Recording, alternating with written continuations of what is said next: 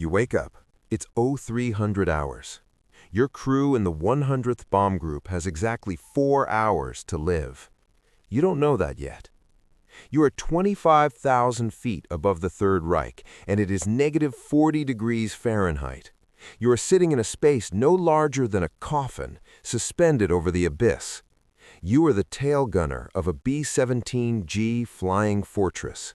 Your knees are pressed against your chest, your heated flight suit is failing, and your oxygen mask is crusting with your own frozen breath.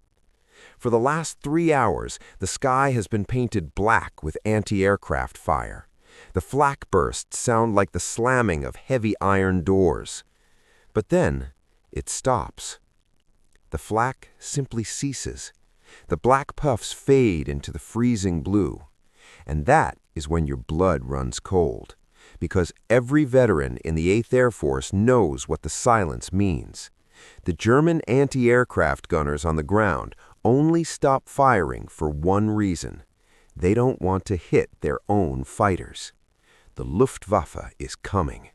You grip the twin spade grips of your M2 Browning 50 caliber machine guns. You've survived 18 missions. You know the tactics. You know what a Focke-Wulf FW-190 looks like when it drops out of the sun. You know the silhouette of the Messerschmitt Bf-109. You know how to track them, how to lead them, how to fill the sky with enough tracer fire to make them break off. You know the rhythm of this brutal, high-altitude slaughter. But what they didn't know was waiting for them in the clouds today was something that defied the laws of nature. You squint through the scratched plexiglass of your turret. 3 miles back, slightly below your altitude, you spot them. 3 tiny black specks. You press the intercom button. You call out the bogies to your pilot. 6 o'clock low, coming in fast. You wrap your thick leather gloves around the triggers. You wait for the specks to take shape. You wait to see the spinning blur of their propellers. You wait to calculate their closing speed, which usually tops out around 350 miles per hour. But these specks are growing large, too fast. Your brain cannot process the math. The distance between you and the approaching fighters is evaporating at an impossible rate. They aren't closing at 300 miles per hour, they are closing at over 500 miles per hour.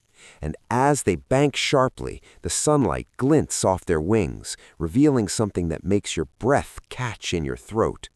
There are no propellers. The nose is entirely smooth.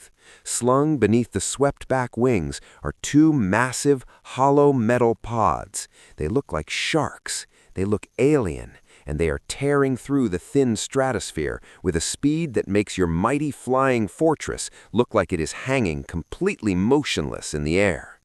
This was only the beginning. You have just met the Messerschmitt Me 262, Hitler's first operational jet fighter. And in exactly 14 seconds, your entire understanding of warfare is going to be shattered into burning metal.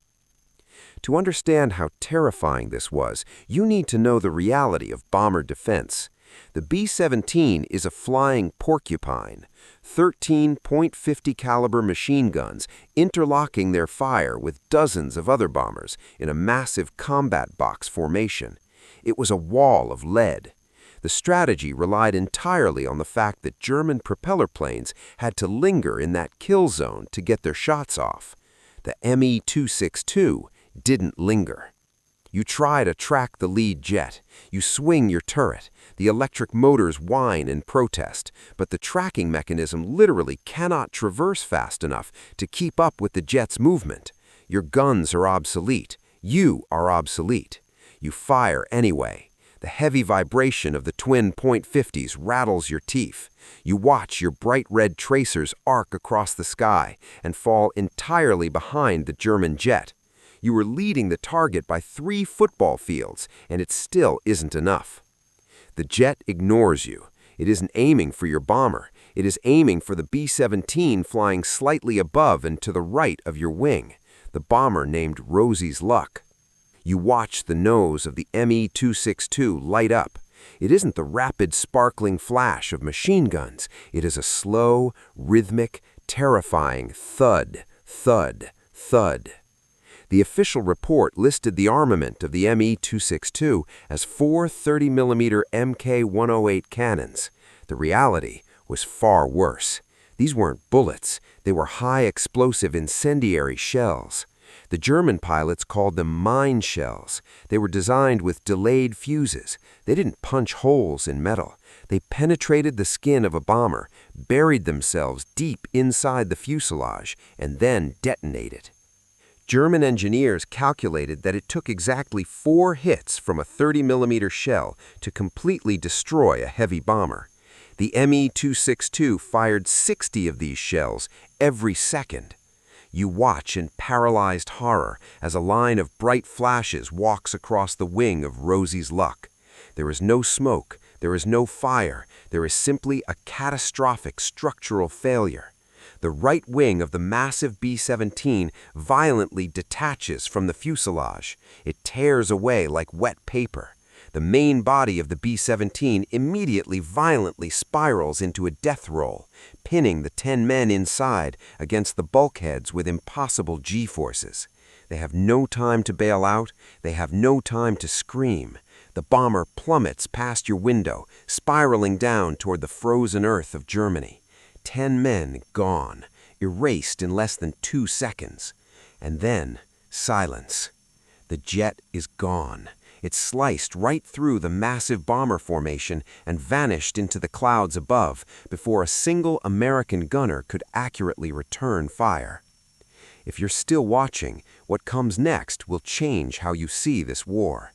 Your intercom crackles, the waist gunner is screaming, the ball turret gunner is praying, your pilot is demanding a damage report, but you can't speak. You are staring at the empty sky, realizing a dark, suffocating truth. The air superiority that America had paid for in thousands of young men's lives was gone. The rules had changed, and there was absolutely nothing you could do to protect yourself. But the worst was coming, because they didn't attack once. The Me-262s used their massive speed advantage to climb high above the American bombers, out of range of the escorting P-51 Mustangs.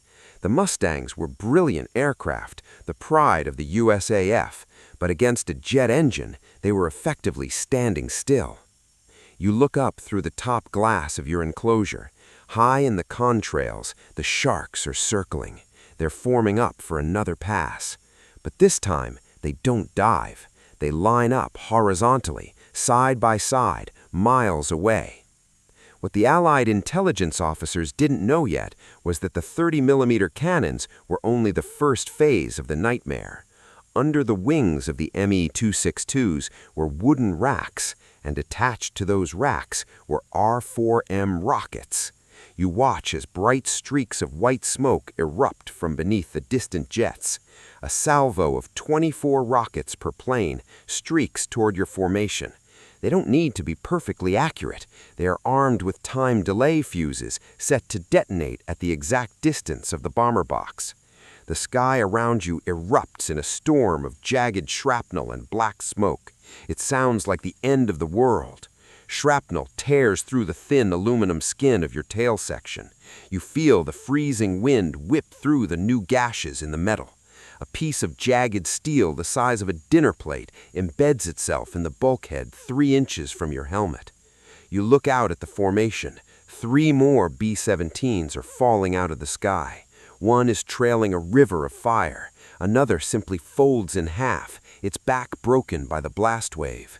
Parachutes dot the sky, floating down into enemy territory. And the jets? They are already miles away, banking gently, setting up for a third pass. It wasn't a battle, it was a slaughter. You grip your useless guns. You wait for death. You know that if that jet lines up on your tail, you have 0 chance of surviving. He gave the order. The German flight leader signaled the final attack run. Everyone in your formation knew it was a death sentence. You watch the sleek, tailless silhouette drop its nose. It is pointed directly at your glass bubble. You squeeze the triggers, your .50 calibers roar, sending a stream of useless lead into the void. The jet grows larger, filling your vision. You can see the intakes of the Jumo AO004 engines. You can see the dark slits of the 30mm cannons. You brace for the impact that will tear your body apart. And then, right there, in that exact moment, the jet engine stutters. A plume of thick, oily black smoke belches from the left engine of the Me-262. The aircraft jerks violently to the side. The pilot struggles with the controls. The jet rapidly loses speed, pulling away from its attack vector and diving frantically toward the cloud cover. You don't realize it, but you just witnessed the fatal flaw of Hitler's wonder weapon. The metallurgy of the early jet engines was terrible. If the German pilot adjusted the throttle too quickly, the engine would flame out, catch fire, or simply disintegrate. The jet disappears into the clouds. The sky is suddenly, terrifyingly empty. You survived. But the number of heavy bombers lost that day wasn't 2, it wasn't 10, it was devastating. When your crippled B-17 finally limps back across the English Channel and touches down on the wet tarmac of the airbase, you pry yourself out of the tail turret. Your legs are numb, your hands are shaking so violently you can barely hold your helmet. During the debriefing, you try to explain it to the intelligence officers. You tell them about the speed. You tell them there were no propellers. You tell them about the devastating cannons. They look at you with polite skepticism. They write it down as combat fatigue. They tell you that such an aircraft is scientifically impossible. But you know the truth. You saw the future of warfare, and it was merciless. Decades later, when asked about that first encounter with the Me-262, an American tail gunner could only say one thing. We were fighting a war. They were fighting a science fiction novel. And for about 15 minutes, we were absolutely sure we had already lost. Think about that.